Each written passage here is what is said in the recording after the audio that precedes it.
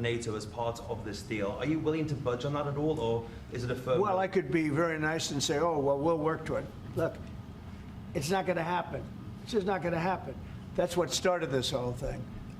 And Biden said that, and all of a sudden the gun started. That was one of the primary reasons it started. And this was long before President Putin.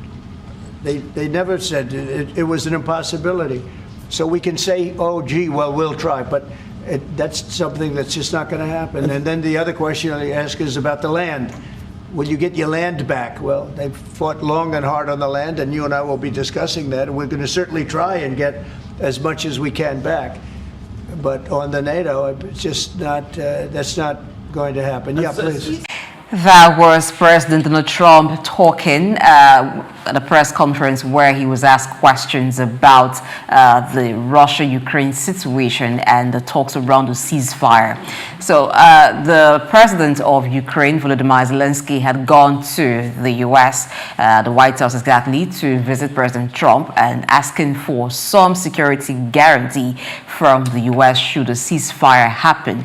And then the U.S. president, who wanted to have it a certain way, was talking about how the war should end. So after that heated argument, there were some exchanges and some talks between them.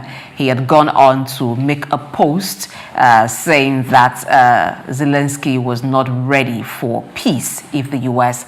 were to be involved. And there were reactions regarding that from some world leaders and even internally within the U.S., where you have Democratic leaders and some others in support and some others condemning, saying that Trump was doing the dirty work of Vladimir Putin. What's your take on this? You can send us a message, just hashtag the friend burners, and let us know what you think think on the row between US and Ukraine at this point in time, and what will be the implication for NATO. Recall that the genesis of this Russia-Ukraine war started when Ukraine decided to be a part of NATO, but till now they've not been able to become a member of NATO because their membership has not been ratified. But there has been an ongoing war, almost about 3 years or a bit more than that now. That war has been ongoing, and so far there have been talks around peace, around ceasefire, but Ukraine doesn't seem to be comfortable with the arrangement. Yes, Dr. Idahosa Osamhanze and Oyinpreye Krumale are still very much here with me in the studio. Before we came back on air, there was some subtle argument regarding this issue, but let's get down to it and let's bring every perspective on it to the table. But we have one person who will be joining the conversation virtually, and that's Collins Nweke, who is a foreign policy commentator. Good morning. It's good to have you join us on the show.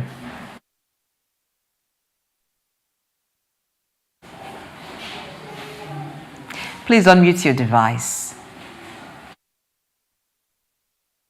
Sorry about that, Blessing. Very good morning to you, and thank you for having me. I just felt that we're going to have a very, very insightful conversation, and it's going to be an interesting one. I have a feeling. Well, it can't be otherwise with you, Blessing. I mean,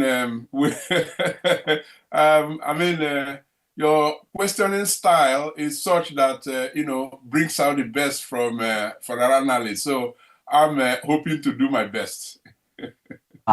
So before we began the conversation, we had to take a listen to President Trump's response when he was asked about the Ukraine situation. Now, he was of the opinion that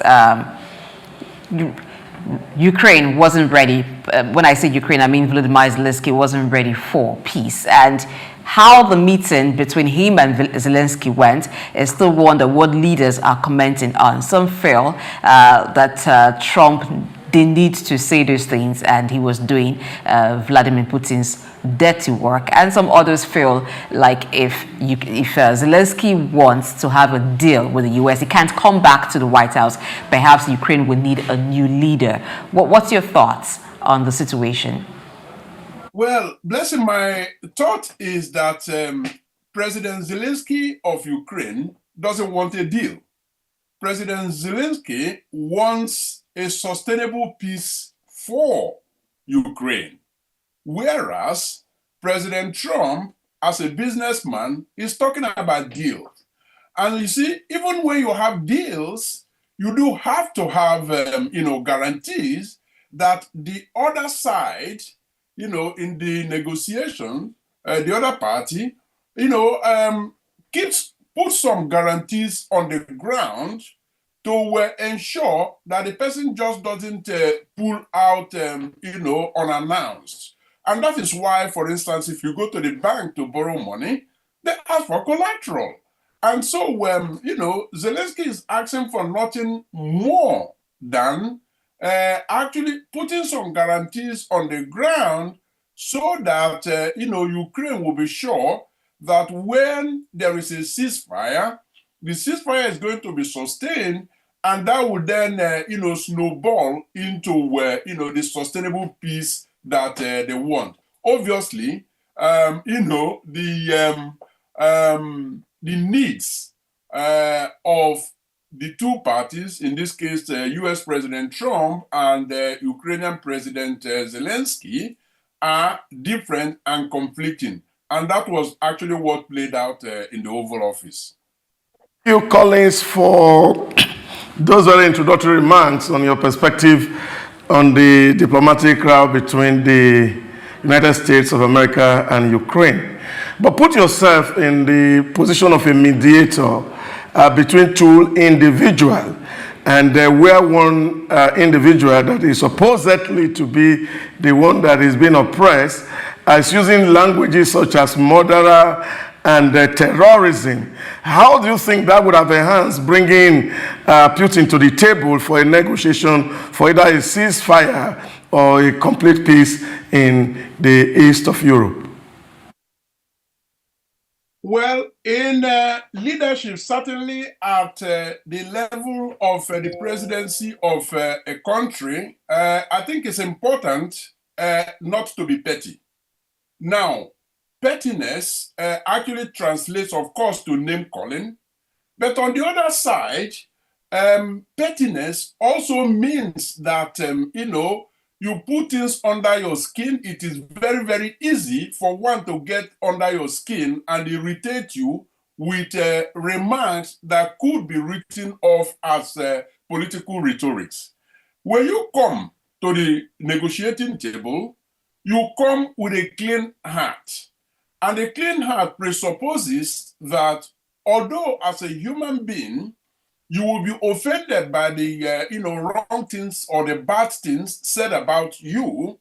However, you do have to put your personal feelings on the one side, and then on the other side, actually project the interest of your country. Now, having said that, the point I'm trying to make essentially is that I think all sides could have simply put aside all the bad things that they were said that actually led to bad blood and focus on peace. Now, all sides to the argument claim that they want peace, not only peace, but sustainable peace. And so when you want that, then you have to listen to a neutral, mediator. Now, I want to assume that when you appoint me a mediator, that I'm going to be a neutral mediator, which means that, I may have interest, either side. However,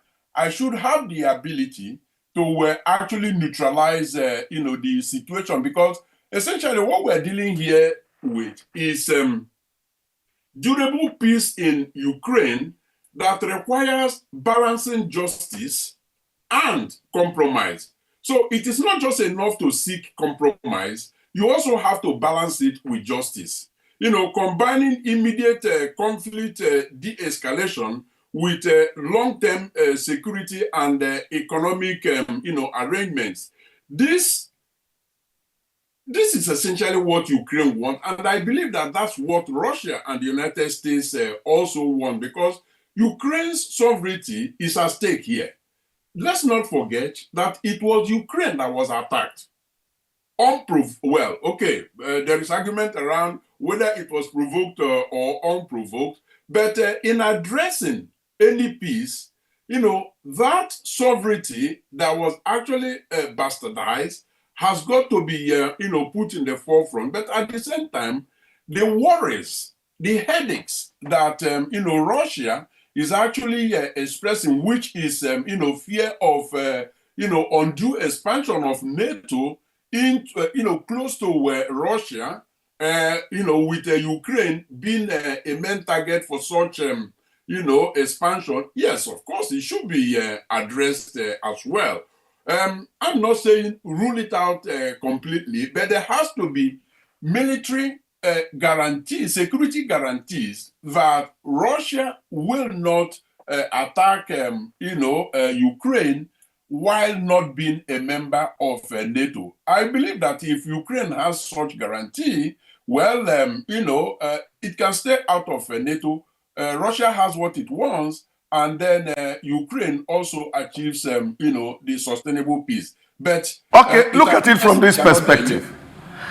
A lot of people also talk about the emotional intelligence of Zelensky, that he was overridden by emotions, that he should have listened to the body language of the United States of American president, who through his campaign said he was not going to promote any war, that all his agenda is to see that there's no war anywhere and the world enjoy peace, and is not going to fund war.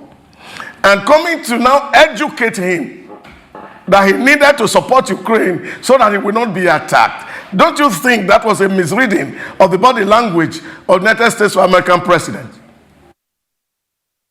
The business of Ukraine, or any country for that matter, is not to interpret or read the body language of, the negotiating partner, in this case, the US president.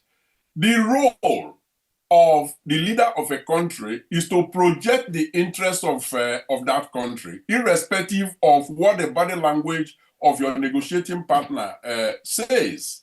So in this case, Zelensky was perfectly in his right, projecting what he believes his country needs, and their closest allies, in this case, EU, UK, and the rest of them. So we also have to address the other side of it, because essentially, it does look like all that President Trump wanted was for Ukraine to be the brave little man in Zelensky. Just accept all that America puts, before you. No argument, no question asked. It just doesn't work that way.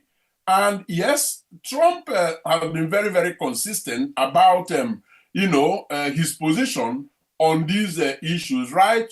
Or before the campaign, and in the course of the campaign, and immediately after, swearing in. But let's not forget, that's Dr. Idahosa, if I'm not mistaken, right?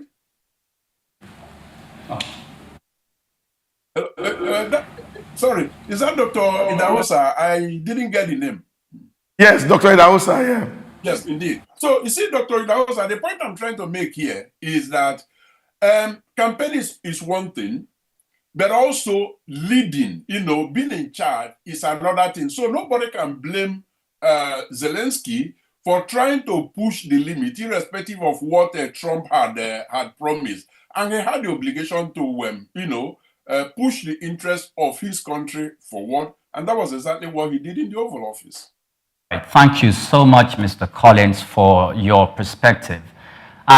Before we came on the program, I was having a conversation with my colleagues, and I told them that I think the president of Ukraine, Mr. Volodymyr Zelensky, was browbeaten by the president of the United States and the vice president, J.D. Vance, and they were quite curious to get my position. Now, it seems you are painting the same picture, and I'm glad about that. Now, it's obvious that before the elections of Donald Trump into office, and is continued, is swearing in. He has made statements, times without number, that they are going to get back $385 billion that the Biden administration has doled out in form of aid and support to the Ukraine. And the United States is not only the country. We cannot say that was funding war, as most people who are advocating that perspective seem to put it. It's obvious from the conversation that Mr. Zelensky had already, he seemed to be somewhat frightened, but he had to speak out because he doesn't want to lose the support of the United States.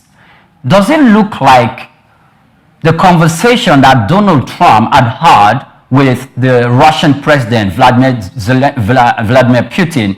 Trump does not want to make public statements about the conversation that he has had with Mr. Putin. Does that bring from any form of suspicion? But when it comes to Volodymyr Zelensky, it doesn't seem like he wants to give a listening ear. Doesn't this suggest something that Volodymyr Zelensky giving aid and just signing hook, line, and sinker without putting up a front and to paint the picture of the position of Ukrainians will be empowering Vladimir Putin, and the fact that Trump does not want to make his conversation public? I am, very pleased to hear your perspective. I mean, you and I may be in the minority as far as most Africans are concerned, but I mean, some of what you have said are based on facts. Now, President Trump had a choice to be diplomatically ambiguous, but he had to apply that evenly. So, in foreign relations, in diplomacy, ambiguity is tolerated in matters that are delicate. And so, the invasion of Ukraine by Russia has become a very, very delicate matter that, leaders who really want peace, who profess that they want peace, actually have that obligation at least to be ambiguous in terms of neither saying yes nor saying no. But like you rightly pointed out, in the case of, Putin, yes, he is being diplomatically ambiguous. But in the case of, Zelensky, it's like shoving a deal, not a pathway to peace, shoving a deal on his face and requiring him to sign it. Which president signs such a deal without protecting not just the interests of, your country, your citizens, but also those of the partners of your countries, your allies that have stood by you through thick and thin? In this case, I'm talking of the EU and the member states, but also United Kingdom. So you see, I don't think anybody that faults, Zelensky in the way that he has conducted himself so far has got to do a bit more soul searching. I do believe, for very, very many reasons, that he came across a hero of his country, but also a trusted ally of, those that have stood by Ukraine, throughout, this trying period. But let's also look at Trump's position. Now, Trump is saying that Trump is asking for a deal with Ukraine as payment for military aid that the U.S. has provided Ukraine. Now, he's saying on the part of security, the U.S. would not provide because he says that should fall on Europe to do. Now, but he says that the presence of U.S. workers on the soil of Ukraine should also be some form of security. Do you think that Trump, being a president who has made it known to the world that it's America first, was also doing his bid as president of the U.S. to consider the interest of U.S. first, which is recovering monies that have gone into Ukraine in form of aids? Well, Blessing, I think in the heart of the matter that you have raised now has to do with ideology. Now, let's give it to President Trump. He has always been clear about where he stands on issues. We do know, not just from his first stem, but also, even before he joined, party politics, that he is not a man of bilateralism or multilateralism. Rather, he is a person of reciprocity. So, which means that you do me a favor, I do you a favor.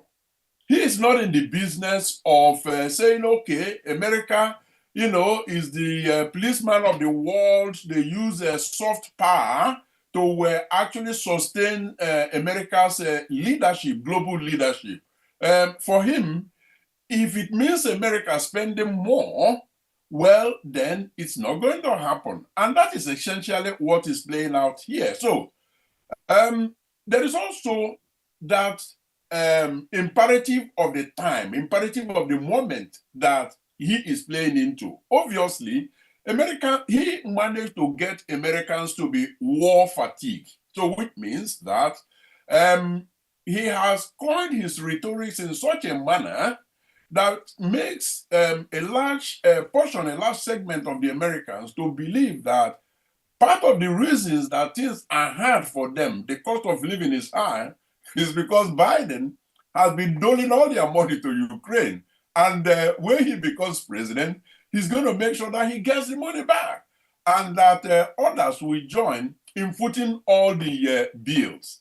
Now, that is a very, very cosmetic way of, analyzing or assessing the situations as they are.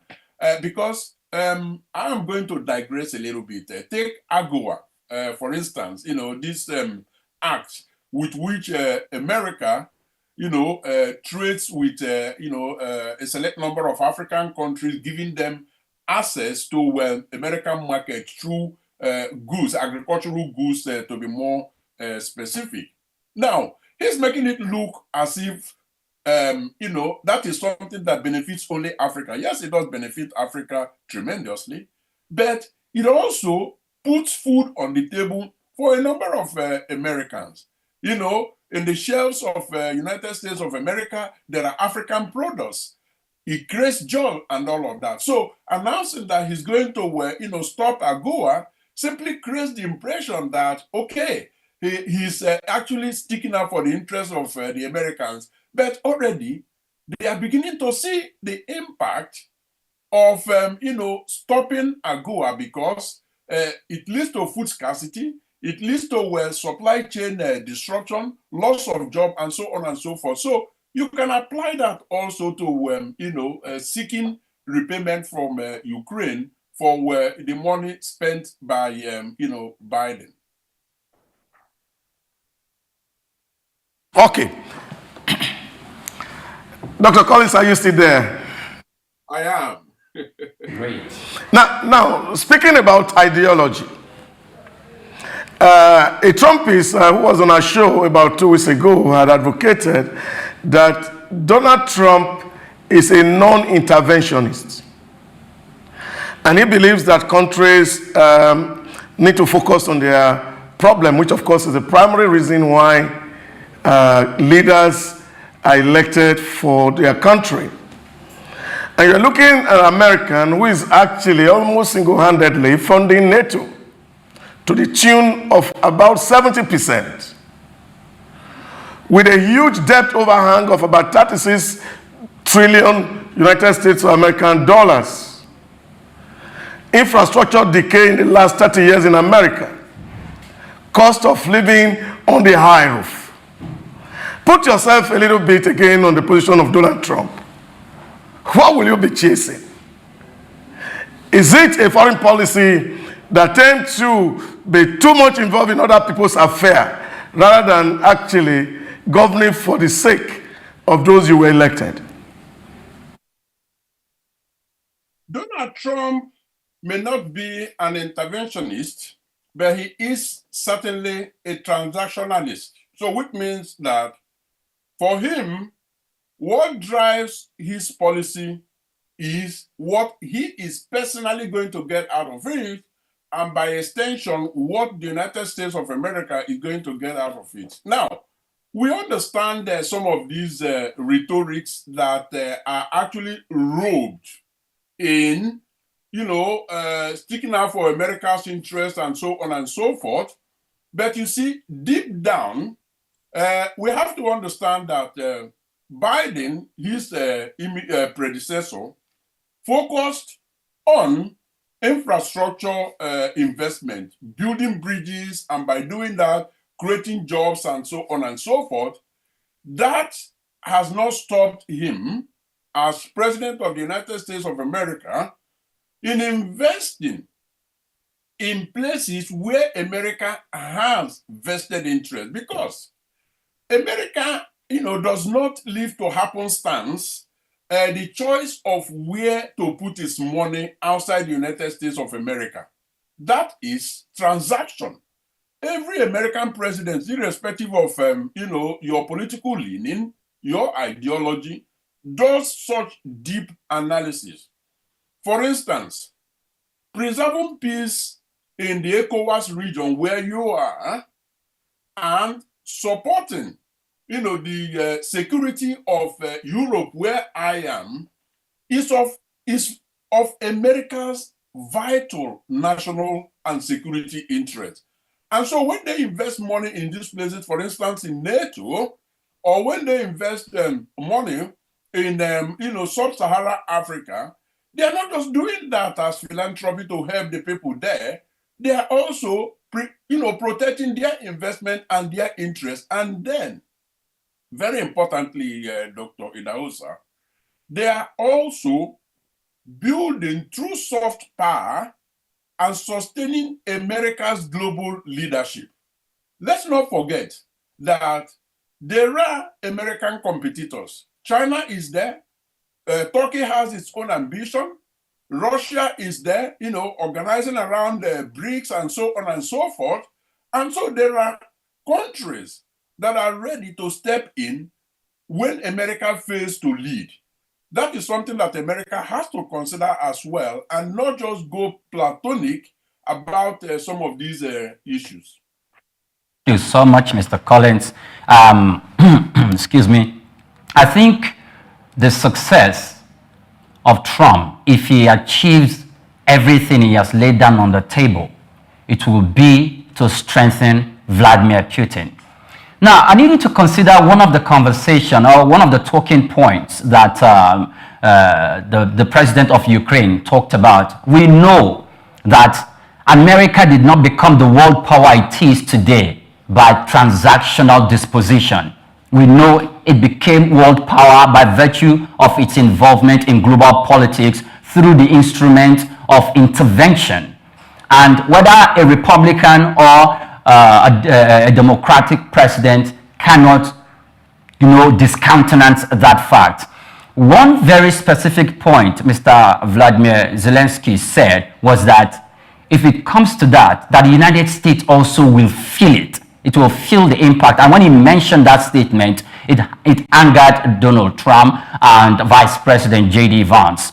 The question is this: if President Trump, if Vladimir Putin achieved this, that the United States now takes over the country, Vladimir Zelensky takes over the deal that Trump is pushing to him now, without sustaining or having the United States to commit in securing Ukraine, and Putin now have the concession that the United States is giving to him now, will it lead to empowering even Putin himself to, at a point in time, stand up to the United States of America, which would be in the reality of the words of Zelensky, that America also will feel it? And also, second part of the question is this: with the transactional disposition of President Donald Trump,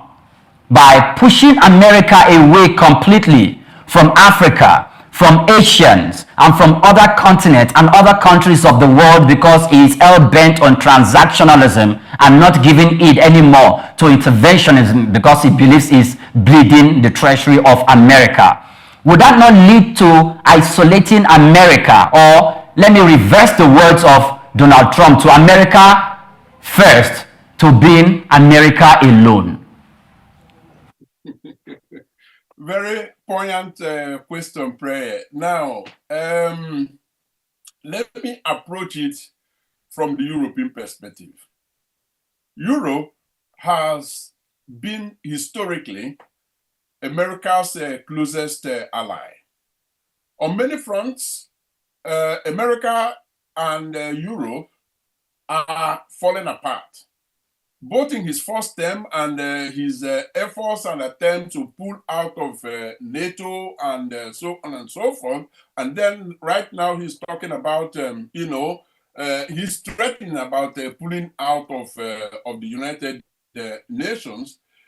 Bit by bit, these are issues that are more and more isolating the United States of America. But I mean, that simply leads me to, the conclusion that President Trump may be brash, he may be erratic, but he's certainly not stupid.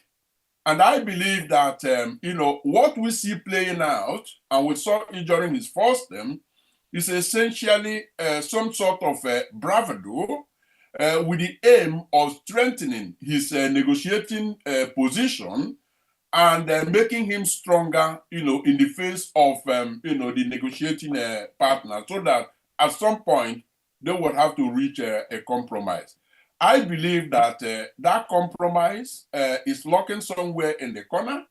It requires magnanimity from, his partners, and thank goodness, Europeans are a lot more measured. I mean, you could see that, from the meeting between him and Emmanuel Macron of France, and also Keir Starmer of the United Kingdom, where they disagreed with him on a number of things. For instance, the money that Europe gave vis-a-vis that of United States, whether it was grant or loan, repayable, and so on and so forth. You saw how they, very, very gently actually corrected him. And then how they welcomed Zelensky, and how the European leaders are equally meeting, strategizing and re-strategizing. But the key point here, Pray, is the fact that America is very much needed. Without America's help, there will not be global peace. And so Europe has now got to balance actually standing up, to Donald Trump and his transactionalism, and also, acknowledging the fact that they need America's help in preserving the peace of the world. It is a very, very delicate balance to strike, but I believe that the global peace is as important to Donald Trump, even with his America first, as it is to the Europeans, and by extension, members of the global community. And ultimately... Okay, Dr. Collins. Again, coming to NATO itself. From its founding in 1949, and the sublime agreement that, of course, expansion was not going to be tolerated, especially going to Russia's backyard and having members really, Trump is saying this like a proxy war on Russia, that NATO is breaking its vow and expanding into Far East of Europe so that it can have an eye over Russia. Don't you think that NATO is overly too ambitious in terms of acquiring more membership, especially trying to trigger the things like Donald Trump said that Zelensky is courting a third world war? And secondly, The military general from the U.S. came out to speak on Saturday that America won't support any war effort, and that would mean defunding NATO. How do you think that European members of NATO will be able to ramp up in terms of financial support in prosecuting the Russia-Ukraine war? I will start with the last question, Dr. Idahosa. Europe is definitely going to have a tough time ramping up the required finances to, support Ukraine, without the help of United States of America. That fact has got to be put up front because it is very, very important. Is it completely impossible for them to ramp up the cash? No, it is not impossible. What it then means is that there's got to be a deep-seated reprioritization by Europe to be able to achieve that.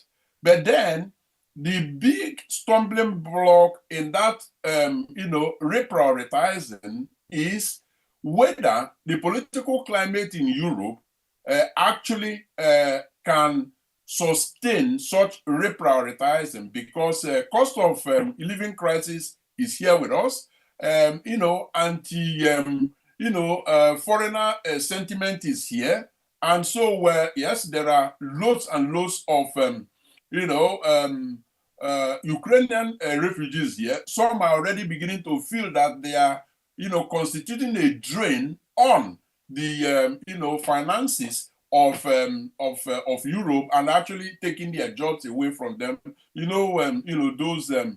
Those sort of sentiments. So they are going to meet another huge stumbling block. But I want to emphasize that it is doable, and ultimately, what might the argument that might do the trick for the European leaders is the fact that Europe is threatened by Russia, and by strengthening Zelensky and Ukraine, they are actually protecting themselves so that they will continue to enjoy the peace that they have been enjoying post the Second World War. Now, on the other hand, your first question relates to Zelensky knowingly or unknowingly actually encouraging a third world war. That is a rhetoric of fear. That is fear mongering, because it is not going to happen, and Trump knows that it is not going to happen.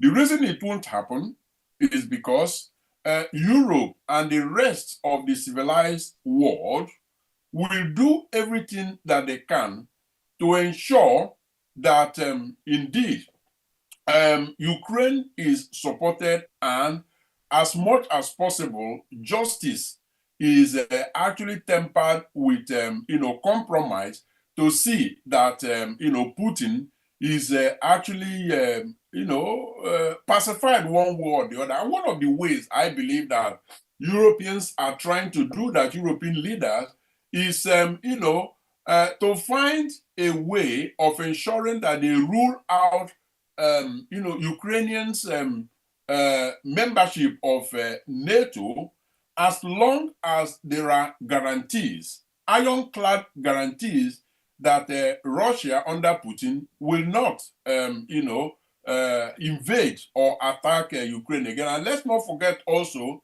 that there is still that issue of the contested region of Donbass and Crimea, which should be subject to internationally supervised referenda. Europe is in support of such referenda where, an international neutral arbiter comes in and carries out a referendum in Donbass and in Crimea region to ask the people themselves whether they are more comfortable remaining in Ukraine as it is now, or going with Putin's Russia. So these are bits and pieces of initiatives and actions that will indeed keep the Third World War away, and peace will ultimately reign. Quickly, as we wrap up, I would want you to quickly respond to this. So where does this leave Ukraine now? There was a summit yesterday in London where we had European leaders in attendance, and Britain and France seem to spearhead a coalition where they want a united front by Europe in actually leading the ceasefire arrangement, which they have proposed a month-long ceasefire to begin with. And you've also mentioned that Europe cannot broker peace without US. From the body language of the European leaders, it seemed more like they think that Russia is dictating the terms of the ceasefire arrangement. Now, where do you think this leaves Ukraine at the end of the day? Can there be an arrangement between Europe and US to end the war in Ukraine? They can be. And indeed, answering your question, directly, it leaves Ukraine in a very, very uncertain and precarious situation. But, meetings such as the ones that Zelensky has had with Macron and with the UK Prime Minister Keir Starmer, continue to be reassuring for the country. And I do think that obviously there has to be some sort of arrangement that could be likened to the Helsinki process, where Russia is brought together with NATO, the EU, and some neutral powers to actually codify mutual respect for sovereignty, military transparency, and de-escalation mechanisms, applied and deployed. Now, I think that is the immediate, task facing them. And now you have to understand that, leaders like Macron cozying up to, Trump, these are no coincidences. They've had reasons to flare up in the way and manner that, Zelensky flared up, but they didn't do that. They are still trying to keep, Donald Trump sweet, sometimes telling him the sort of things he likes to hear, even when they don't mean it. All of these are leaving the door Collins, open for negotiations. Please, now you speak about the implication on Ukraine. Just this one in a minute or thereabout. Some people say this is the backdoor way of Zelensky not wanting to face election, whose tenure has elapsed in May, and to continue in power. What's your take? Zelensky is in war, and in a war situation, Dr. Idahosa, election is the last logical thing that should happen. Ukrainians are not even ready for an election because their priority now is keeping their country safe and making arrangement for millions of Ukrainians that had gone out of the country to return back to their country. So Ukraine will not be the first country that is not organizing an election during war. And so, that has got to be made clear and the priority gotten right, Dr. Idahosa. Thank you so much, Collins Nweke, foreign policy commentator, for all the brilliant submissions and responses you've given to the questions here as we talked about the row between the US and Ukraine. Well, with the hope that Zelensky is able to get himself and get Ukraine out of the dilemma that the country is in, we'll find another time to continue from the elections that will not be holding in Ukraine and what Ukrainians feel or how they feel about Zelensky since the war started and going forward. We'll bring you again another time to discuss all of this. But thank you for making our time today to be part of the show. Thank you, folks. I appreciate the incisive questioning. Dr. Idahosa, I'll catch up for coffee with you somewhere.